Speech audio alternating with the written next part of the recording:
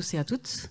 Bienvenue pour notre table Good ronde morning to sur you all, le and contre-modèle welcome européen to du cloud. this roundtable on towards the European Cloud model Donc, avec moi to aujourd'hui, US et je vais cloud vous laisser la parole standards. And with me un pour today, vous présenter également.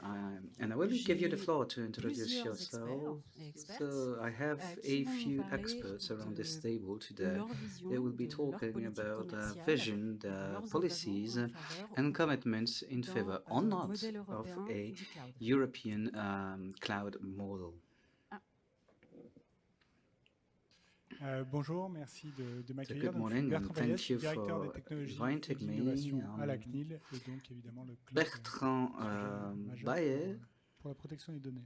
and cloud is of course very important. Luc Foulon, je suis CEO d'Orange Protection of Cyberdéfense. data. Luc Foulon et je suis from également membre Orange du comité Cyber exécutif du Defense, groupe and I'm Orange. a member of the executive group of Orange.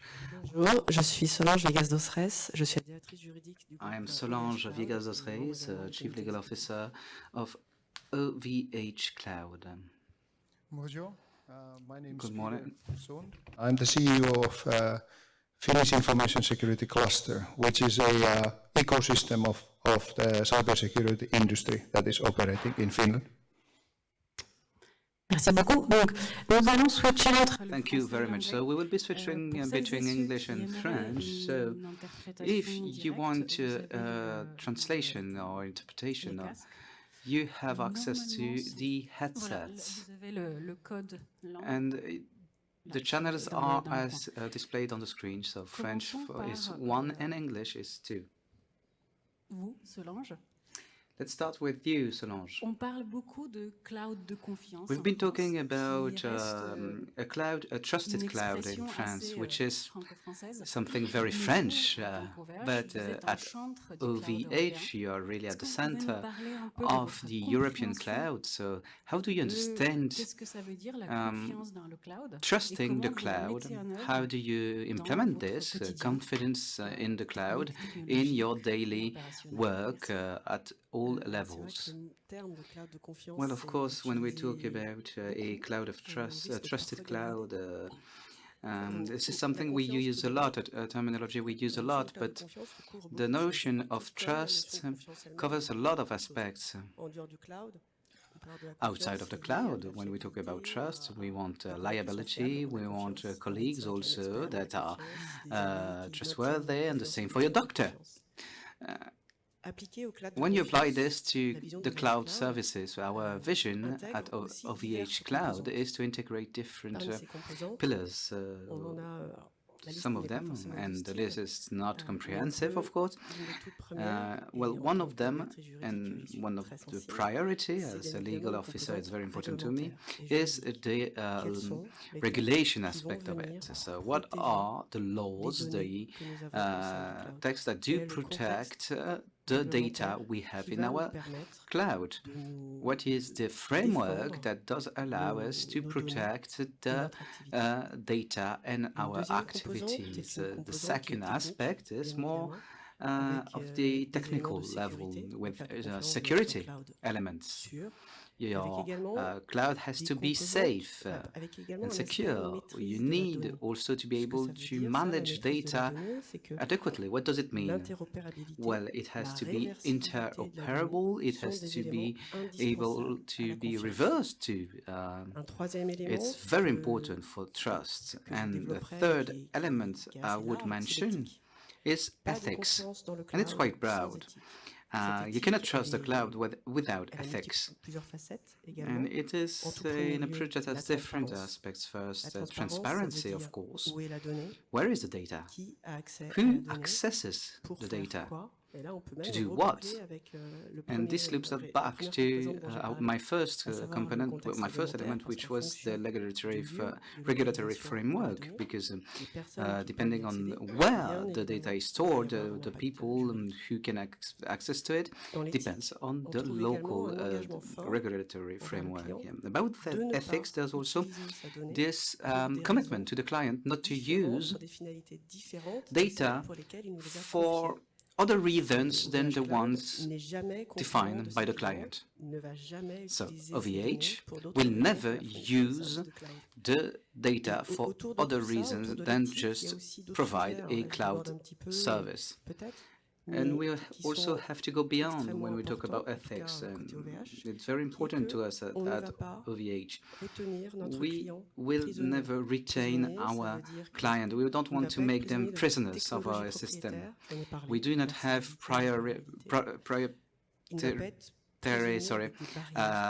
technologies. There's no barriers to them leaving our cloud. There's no contract commitments to stay in this cloud.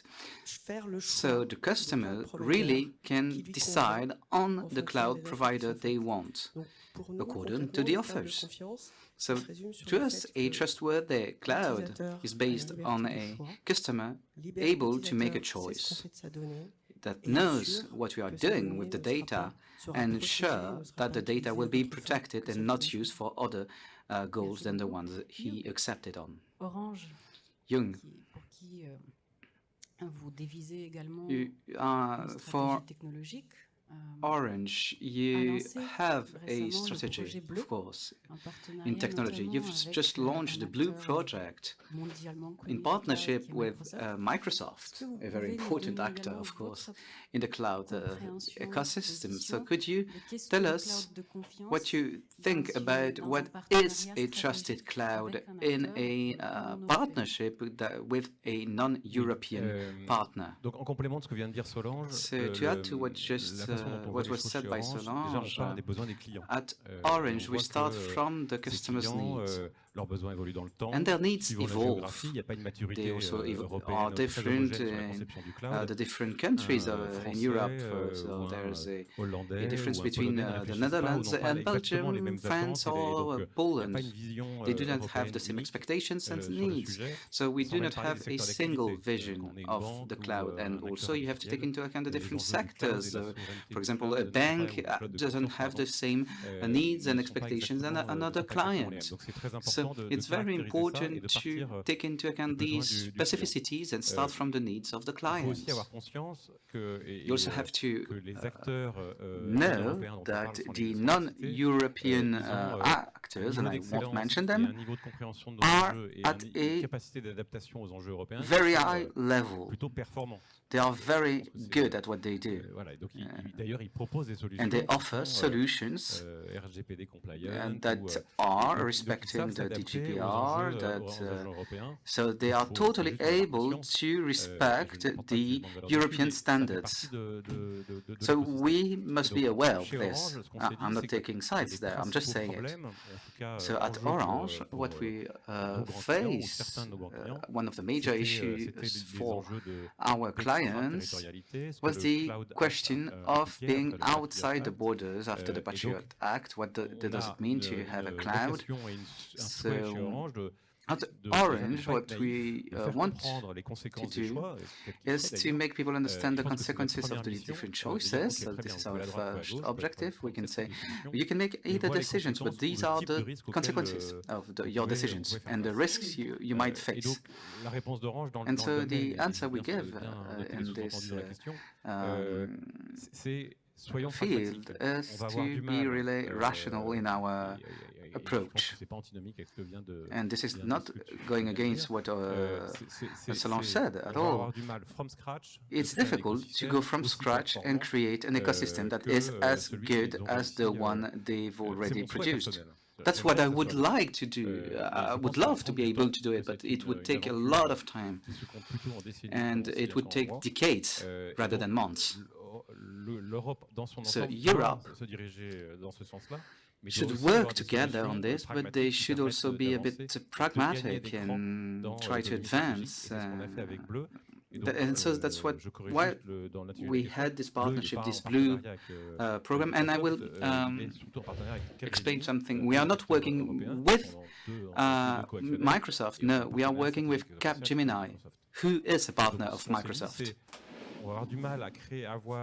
l'ensemble des outils So et surtout what we thought l'écosystème was associé it would be des very douanes, difficult to create from scratch on the renonce pas à cet entire objectif. ecosystem. That's Mais not une façon de progresser et de saying franchir that we don't want to différentes achieve it at some échelles, point, c'est de but faire ce type de projet qui we can répondent, have this on kind of espère, à beaucoup de project prérogatives, that will answer a lot of notamment the celles du needs cloud. and regulatory Et framework. on pense que voilà, c'est un outil And relativement efficace dans ce gain we d'autonomie de think l'Europe that this is que l'on a souhaite. good tool we can use Je to pense have qu'en faisant ça, on s'en more rapproche and more complètement sur les douanes, même autonomous si ce n'est pas encore Europe. parfait, si j'ai compris And I votre think we are rédaction. getting there, even if it's not perfect. Sous-entendu de ma part. There was no underlying question in my former question, don't worry. No, Bertrand, I will go to you. You work at CNIL, so it's the National Commission for the Privacy, Protection of Data. So what's your stance when you heard these different aspects of trust, when we talk about data, private data, as an independent administration, what is your position on this? Of course, security and mastering the data is really at the center of the GDPR. Utiliser des fournisseurs de cloud qui sont professionnels, parfois à un niveau de sécurité bien au-dessus de... And we have to use a cloud that is very professional, that has a very good level, but you also have to be in charge of the data, know who has access and why. Du fait du RGPD aussi, dans quel And this is linked to this qui nous a quand même occupé GDPR. ces années autour de l'arrêt Schrems 2. Et so, for example, knowing where the data is, in which continent, how do you transfer it to other countries? Qui, je pense, fait consensus And so Europe en tout cas dans les législateurs, qui est de dire has found an agreement des Européens saying doit protecting the European citizens' data should cover their data everywhere at any time. And it's not because the internet is globalized that we will not have this protection level for all our citizens, even in countries that are very that have very similar legal frameworks such as the US. But we have this legal dimension there. It's not only about the clients. We go beyond that.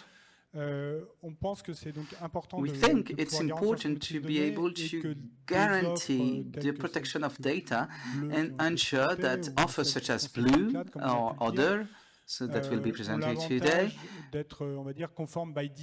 are compliant by design, and I think it's the best way. This is maybe the only way to really be GDPR compliant, is to be compliant since the design, in the inception part of the project. Merci. Peter? So I'll be switching in English. Je vais passer en anglais pour lui.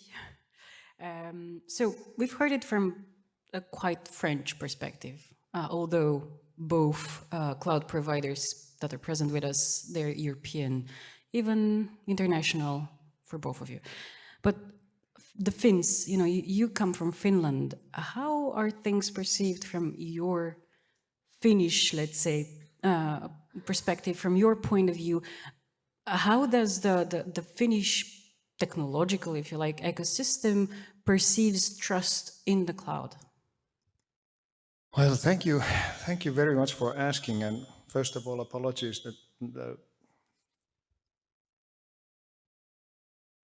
not being able to communicate in French. My abilities are not adequate to do French in a professional way. But to come back to your question, I think the big picture, first of all, for us is that we look at things, let's say, three-dimensionally, in a way that in order to have the cloud in the way that we would like to, one needs commitment, one needs technology, but one needs regulation as well. And if you only have 2 out of 3, that will not be sufficient, first of all.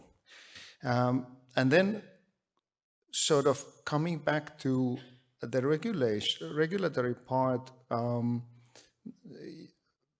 European Union is founded on common values, as we all know.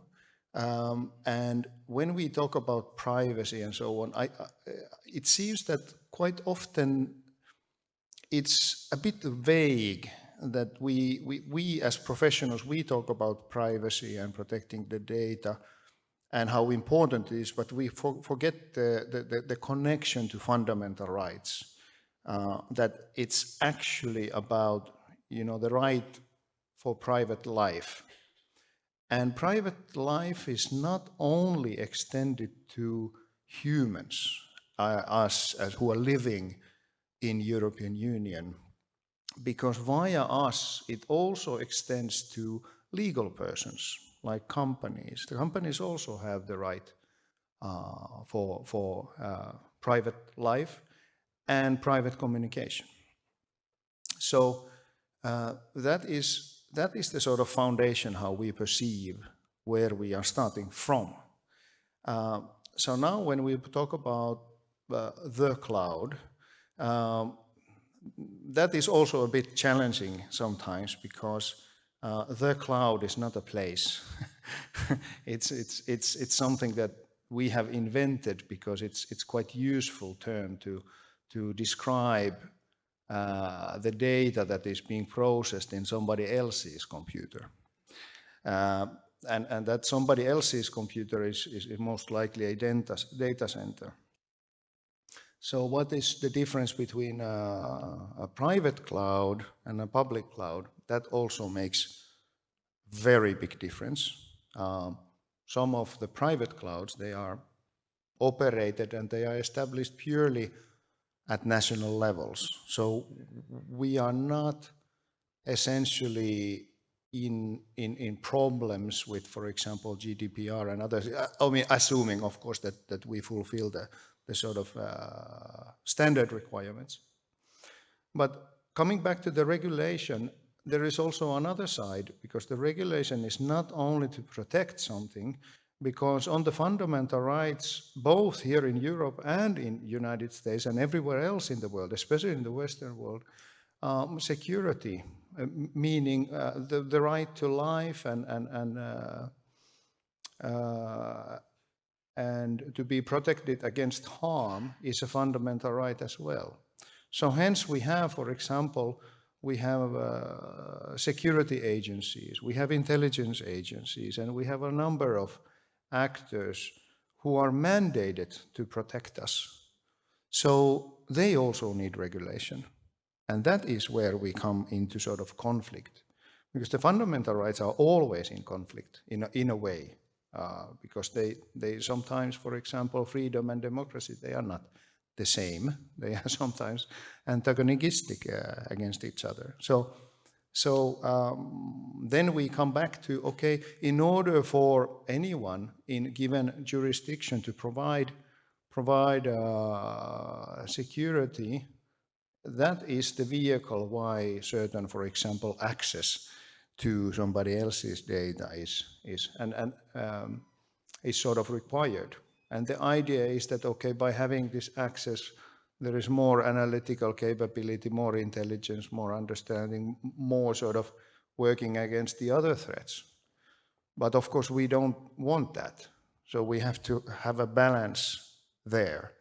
And that is difficult to solve, because the third dimension of the regulation is that when you have contractual solutions, they are overridden by, for example, security regulation. So when we have security actors, security agencies that have coercive powers, they will override your contractual requirements.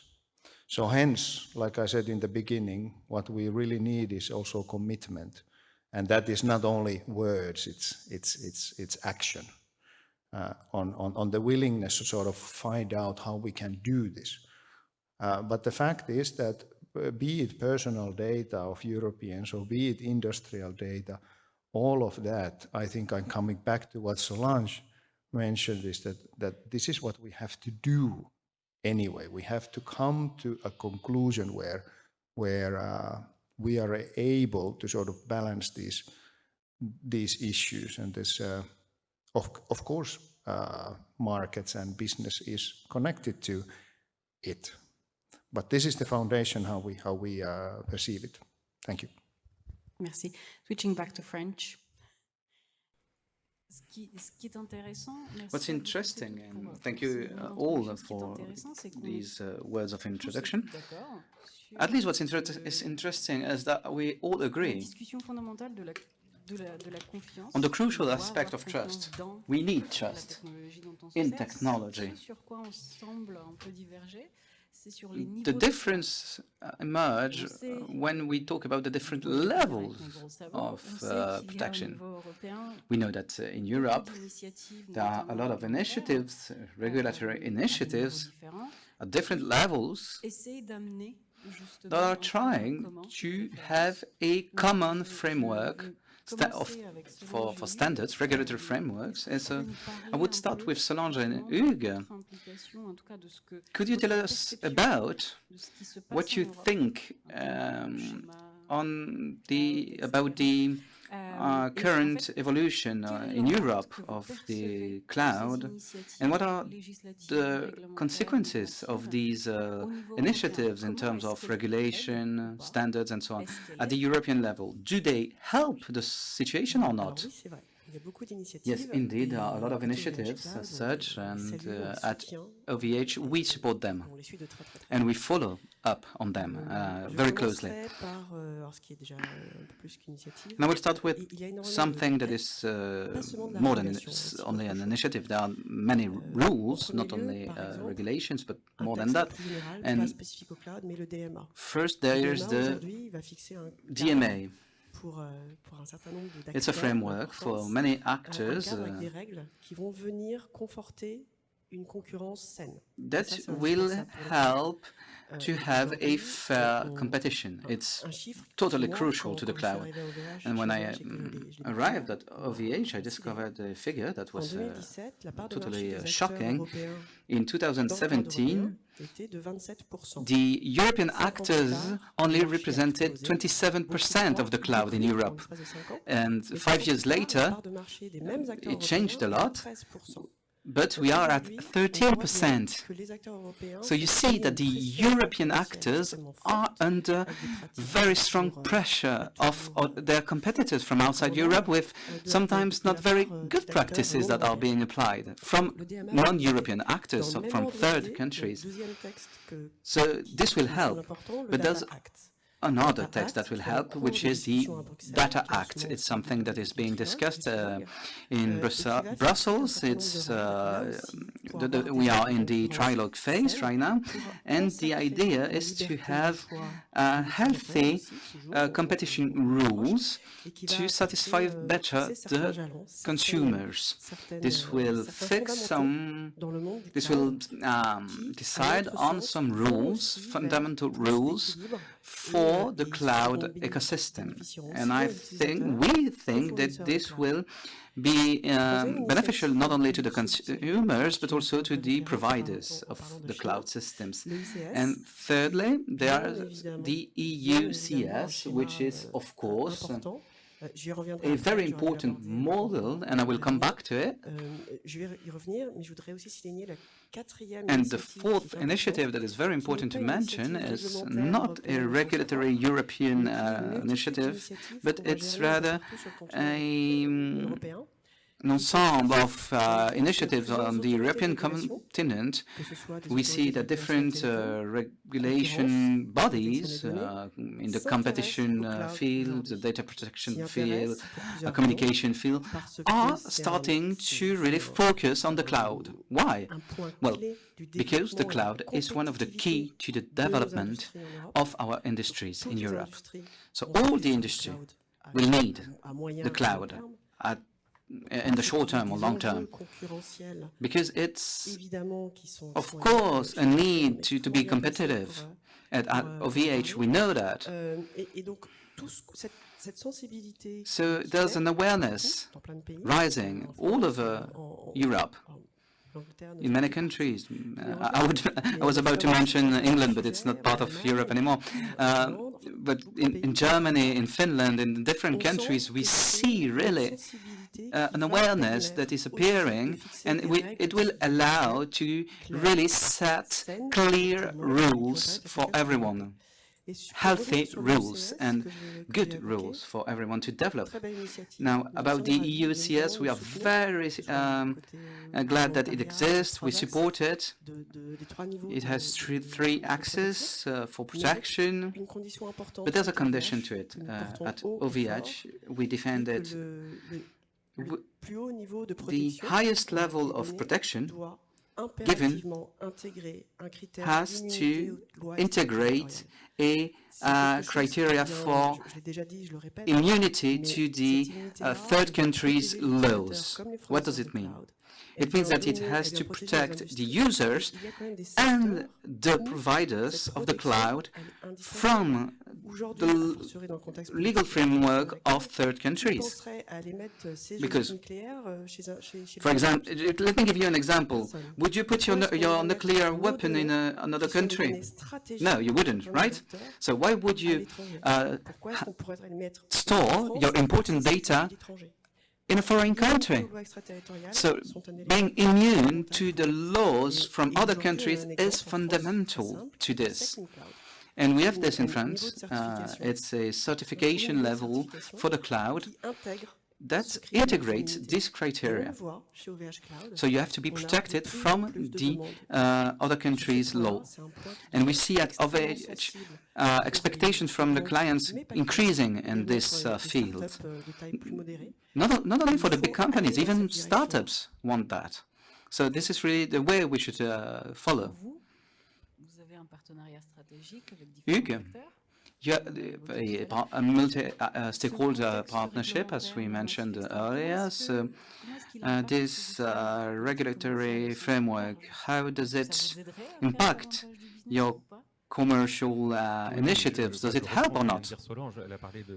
Yes, indeed. And we've talked, Solange has talked about awareness. And I think really that one of the beneficial aspects of the recent crisis is that the European citizens are no longer naive when it comes to their decisions on the technological market. We can, of course, keep going and moving forward, but we see that we have now customers that in the past would not think about where their data are stored, and now they are more mature, they have more knowledge, at least in general, if we talk about the European citizens. At Orange, we are a major actor in the digital world, and without Orange, you wouldn't have much happening in many countries where we operate. But we go beyond that. We keep working, and we have, for example, an office in Brussels where we work on the laws and regulations, because there are very challenges that are crucial to the group. If you're talking about cloud standards, cyber security, such as NIS2, the Cyber Solidarity Act, and so on. Well, on all these topics that impact the group, our customers and so on, is very important to us. And so we make a lot of effort to add to the work and try to help in this very collaborative work. Bertrand, we know that with the inflation, the legislative inflation, there's more work for all the authorities, public authorities, and the CNIL is one of the leading bodies in this domain. So what does this legislative increase mean for you when we're talking about European standards or the DMA or other initiatives that are ongoing? How do you tackle this? qu'on a aujourd'hui qui soit fournisseur. When you discuss with the customer or other economic stakeholders, I totally agree with what Hugues Foulon said. It seems that Europe is no longer naive. We discover tools we have at hand, and when it comes to data, protection of data, but also cybersecurity, we are moving out of an idea that was, okay, the market will regulate, and that's it. And that the political framework will appear in itself. It was never the case. I've looked at it quite recently, and I looked at the FISMA legislation in the US for the Federal Information System, and they have also FedRAMP. So it was launched 10 years ago. It's very complete, very well regulated, and it allowed the US cloud ecosystem to appear because they had clear rules and norms. And I think that Europe realizes now that they have the same power. They can make the difference, and the difference would be that we have European tools now. This was introduced yesterday. Yes, we need European regulation about resilience, a European regulation on the different bases. These are safety bricks which are really indispensable. And the certification journey is really necessary for private and public buyers and purchasers. How can they use this sensitivity, the huge request, in order to have concrete answers? Yes, this is very welcome. GDPR also showed that Europe could decide about rules, impose it on European and non-European actors, and it also helped for the companies, the businesses, to become more mature, to manage their data. And we can do the same efforts as well. Peter, you mentioned in your introductory remarks that legislation is one of the 3 pillars that matter for the Finnish ecosystem, and more broadly, that you consider one of the most important for a counter model, the European counter model. So can you, like we've heard it in terms of candidness, in terms of, approaches, in terms of maturity by users towards providers. But what we also heard is that at this moment in time, it is impossible to have a full supply chain for the cloud that is European. So, and we talked a lot about legislation. Do you think legislation can help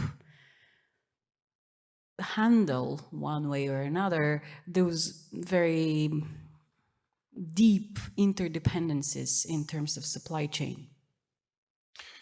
Well, certainly, I have to say that from our perspective, regulation is not only helpful, but it may be key to sort of make progress. But at the same time, at least in Finland, we have this English term, Pandora's box, which means that if one sort of thinks that there is a simple way to get this right, I'm afraid that the person might be mistaken, because the digital environment does not follow the laws of physics like the real world that we are living and we are present here, and hence it cannot be approached fully in the same way.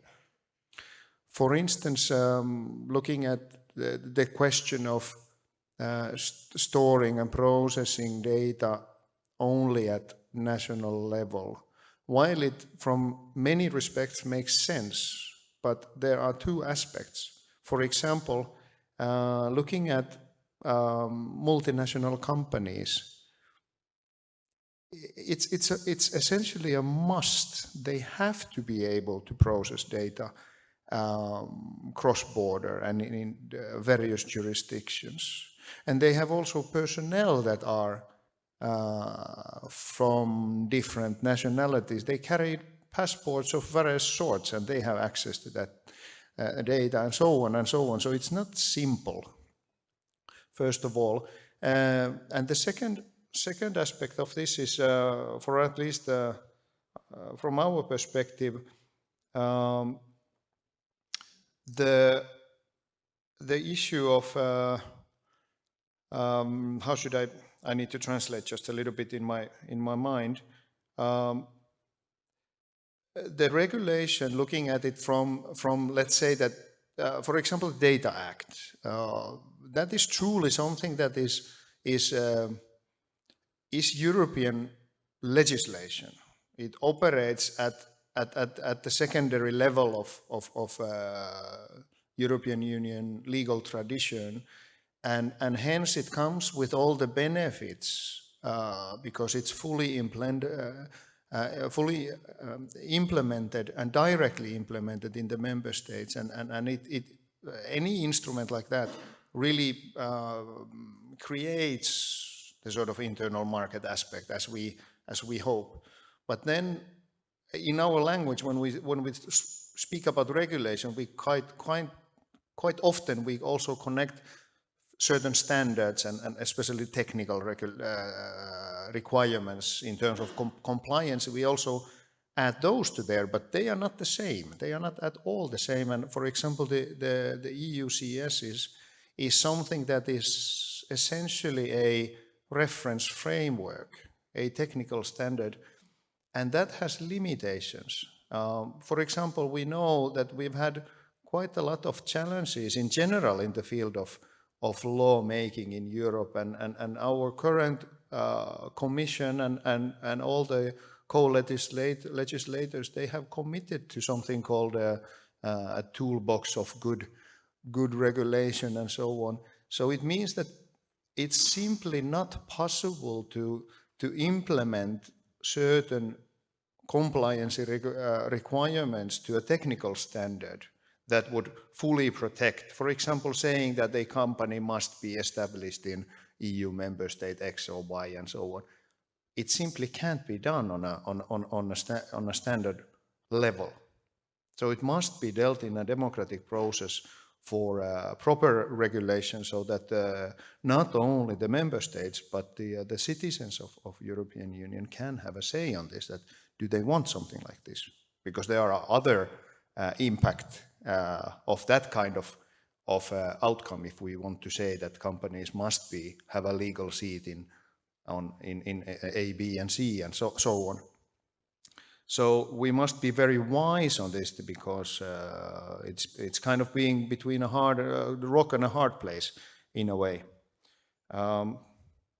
But nevertheless, the regulation, like I said, is definitely required, and like it was mentioned so eloquently by other speakers, that we are not naive anymore. We need to understand this better. But this is why I feel very honored to be invited here, because what we need is this discussion so that we understand what we are doing and where we are aiming at, because this is not a simple task to do at all.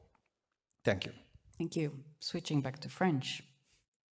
Puisqu'on en est justement à parler, à être dans cette assemblée, à confronter sans animosité about just challenging our own views. Let's talk about solutions. How do we do as influencers, authorities, because we are a final user of somebody at the end of the day. What should we do at the national level?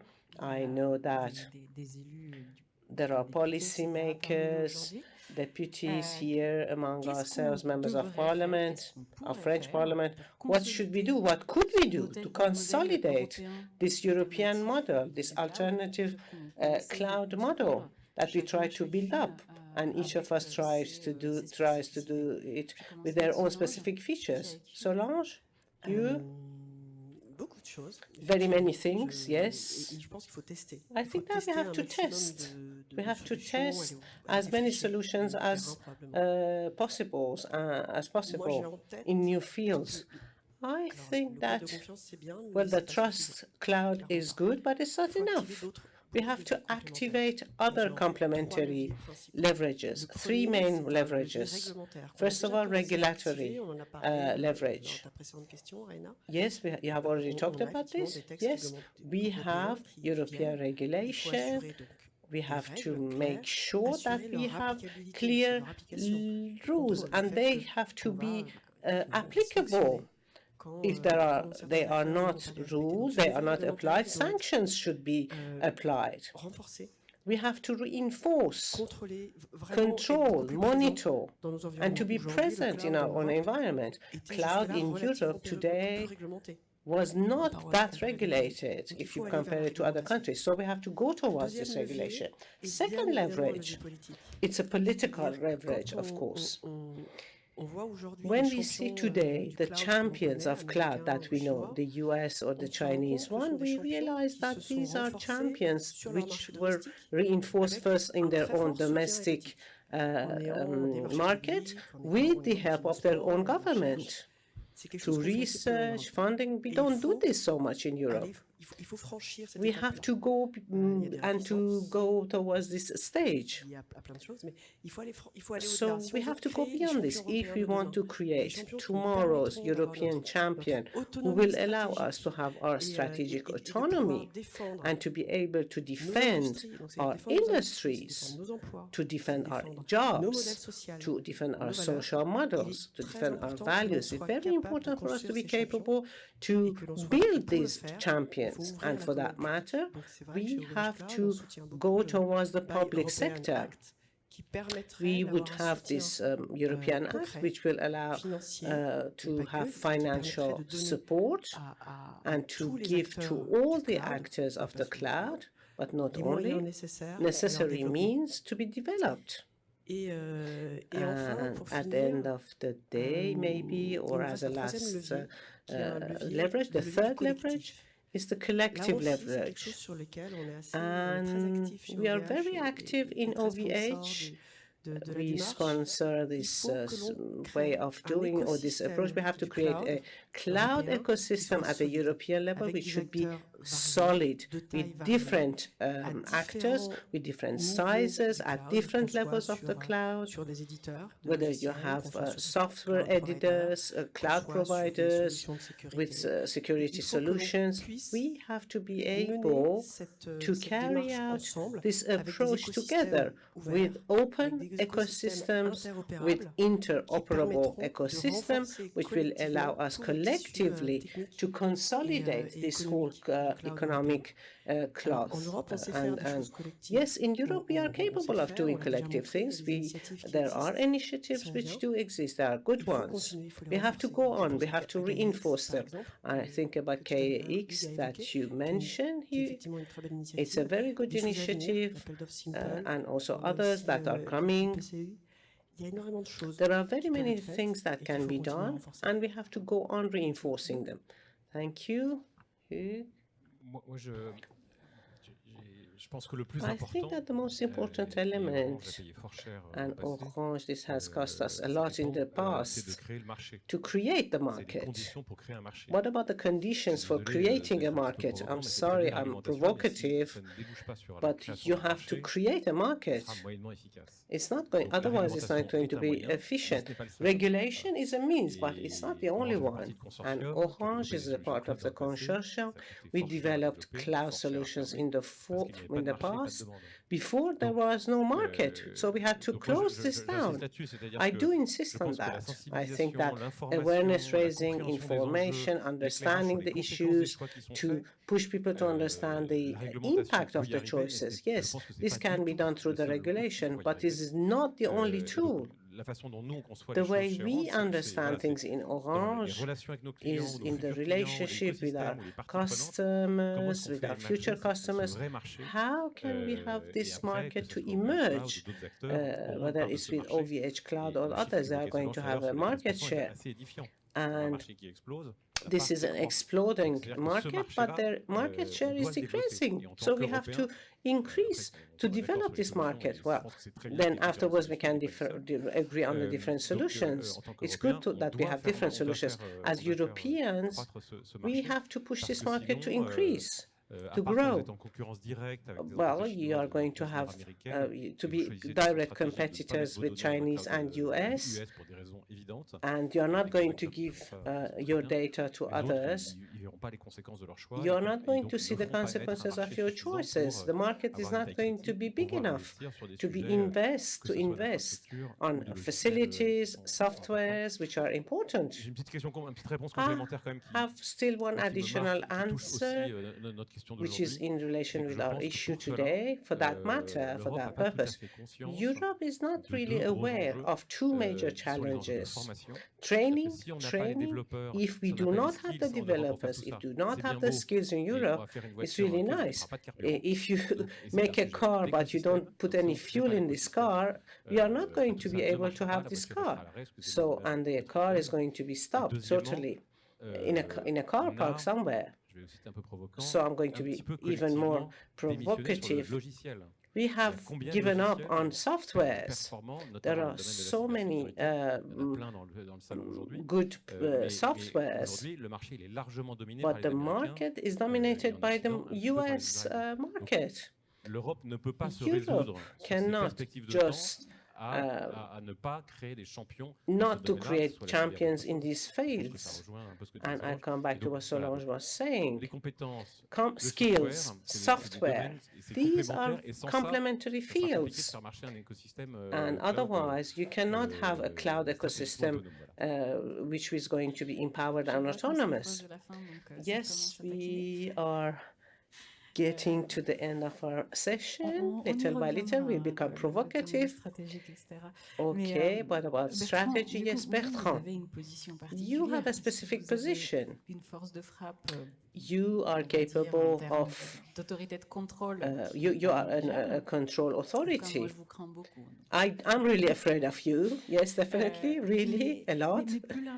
But also there is a synergy at the European level for the CNIL.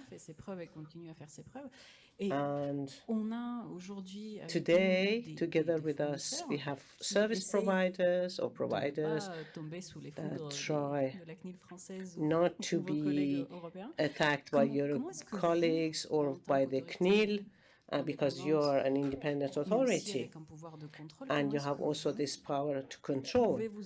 How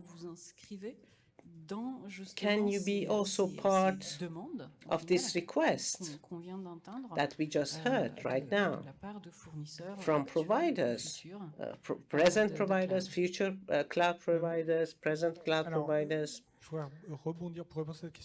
I would like to come back to what was said about the market. Yes, it's really essential. And we have a law. This law is based on fundamental rights. It's either black or white. And from the 17th of July or from that date, you cannot transfer data to the USA, and it's very clear-cut. So in the implementation of this law, we have to face also the market dynamics. Sometimes it's not realistic at all to think that, okay, a judge in Luxembourg has decided that the market would not comply with the fundamental rights, and everybody is going to agree. So we try to take into account the constraints of the businesses with the emergence of alternative solutions that allow to say, okay, it's possible to do in another way, and this makes our life easier.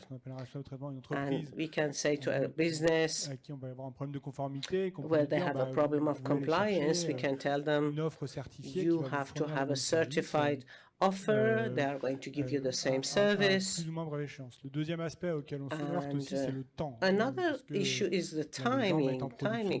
People put their things in the production in the cloud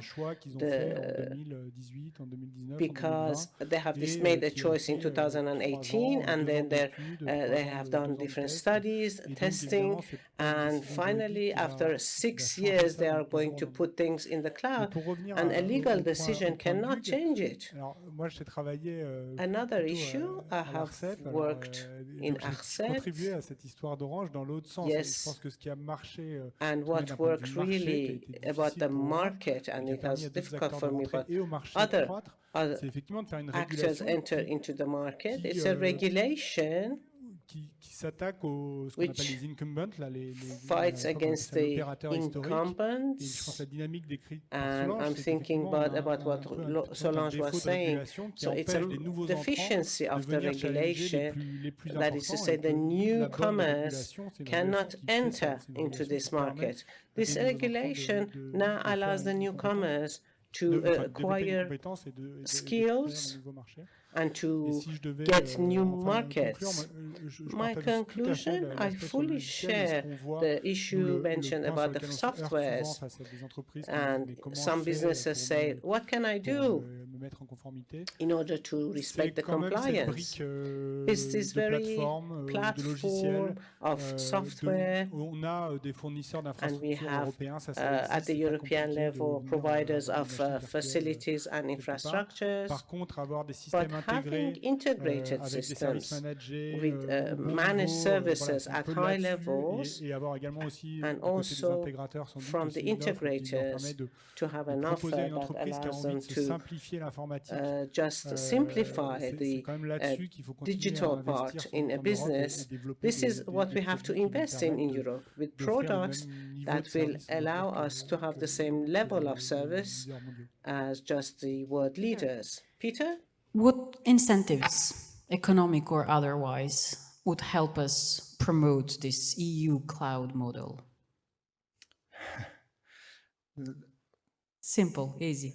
Yeah, very easy to find what are the incentives. But if I'll I'll start my journey from what Hugh said about software and skills.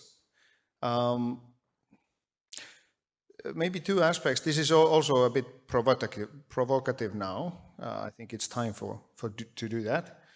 In terms of skills, it's not only the sort of ICT, IT skills and software skills and other things. It's also skills to really understand where we are going. For example, one of the aspects that here during this session and every day we hear talk about the cloud, and then we talk about what are the key aspects. We understand that, for example, strong encryption is key for cloud, right?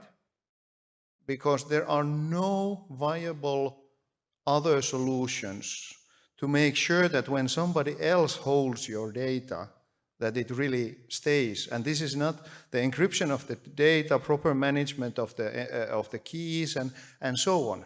Okay, so we understand this. But in Europe, at the moment, as we speak, there are European Union regulation being proposed that companies who operate with their customer data, for example, photos and other things, for the purpose of fighting against child sexual abuse material, they would have to have access to that data. E8, what that means is that strong encryption would be broken. So we are talking about regulatory issues that are in a way completely against each other. This is happening right now, and I'm quite sure that this is part of the skills part. We don't understand. So we have different sectors in the Commission, and they have different objectives. And this, for example, the fighting against child sexual abuse material, where can you find people who would be against of that objective?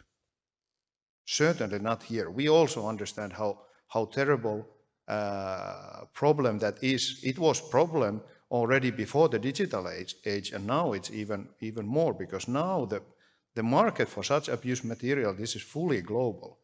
Of course, we have to fight against it. You can't find anybody, except the criminals themselves, of course, who might be against of this objective. But this is a potential of creating a terrible mess against the objectives of the cloud. The second aspect is once again, when we talk about the technology and understanding, my first question is, why do we talk about the cloud in the first place? Because as you know, that in technological developments, it's quite often it's called an S-curve. That, you know, first somebody starts to talk about new technology, and then everybody is enthusiastic, everybody talks, and then it sort of drops in the expectation, because you can say, oh maybe it's not, maybe that bird is not flying very well, until the maturity and the development and the efforts will take it up again, and then we get to the real point of what is the value for human activity from technology. So the cloud, like Orange highlighted, the market also has to be created, but also we have to be.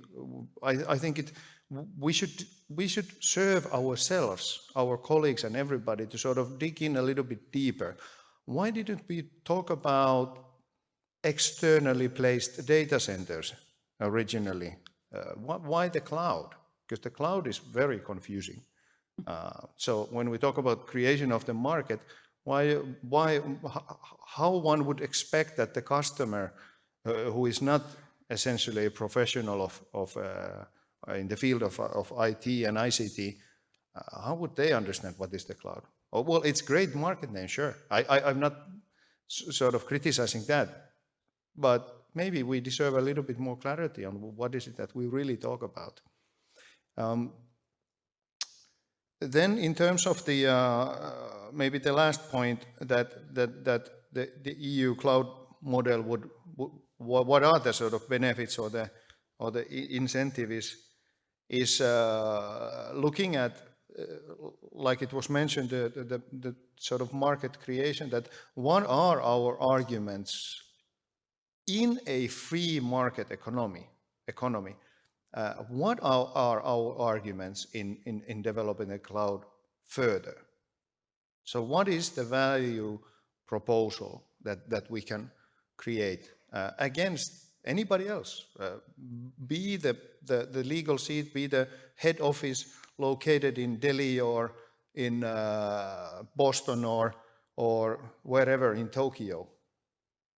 Of course, we know now, and especially from Ukraine, that was the sort of last moment for everybody to understand that our naiveness, in a way, that we also believe that because the European Union cooperation, starting from the fact that when we created economic bounds, that serves the peace and stability as well. But now we know it doesn't work if the value basis is different.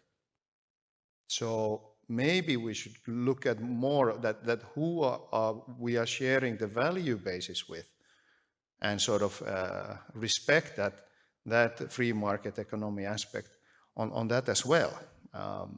So it's not about only Europe and European Union and so on, but also sort of understanding that what are the drivers for the cooperation of those who are also economically competing against. This is a balancing issue, I think, from our perspective. Thank you. Thank you. I am aware that we are just that lunchtime is arriving.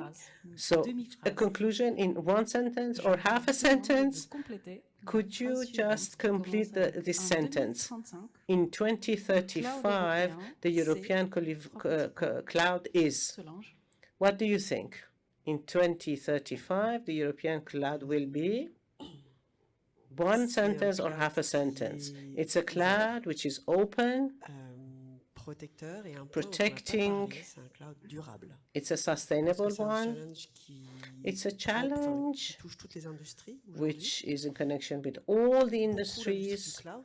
of course, the cloud industry, and it's a challenge that we have to meet. The sustainable feature has to integrate all the components of this sector. The creator of the server, it can have till the management of the data center. This is what I would say: open, protected, and sustainable. Thank you. Donc, en synthèse, au-delà du fait que tout le Beyond monde the devra fact that être éclairé sur les everybody conséquences de should ses choix, be donc c'est la fin de la naïveté, should même be si on apprend le explained chinois, etc. about the Je pense aim, que the impact of the c'est non seulement des choices. solutions compliant, Not mais only these compétitives are dans tous les compliant domaines, solutions, parce but que also sinon la competitive régulation ne sera solutions. pas suffisante Otherwise, pour créer le marché regulation qu'on is veut, not going to des be solutions, enough. je vais prendre le mot de So, durablement compétitive. So we need sustainably competitive solutions. The cloud would be totally controlled according to European standards. And these standards of sustainability should be defined maybe by Europe and together with some elements of the market. The European cloud is suspension points. Well, it's difficult to top what the other speakers already and experts already mentioned, but I think to phrase it slightly differently, the European cloud is green. It's truly global. It means that it's not only for Europe, in Europe, but it's truly global for everybody, and it's value driven. Thank you. Merci beaucoup à toutes et à tous.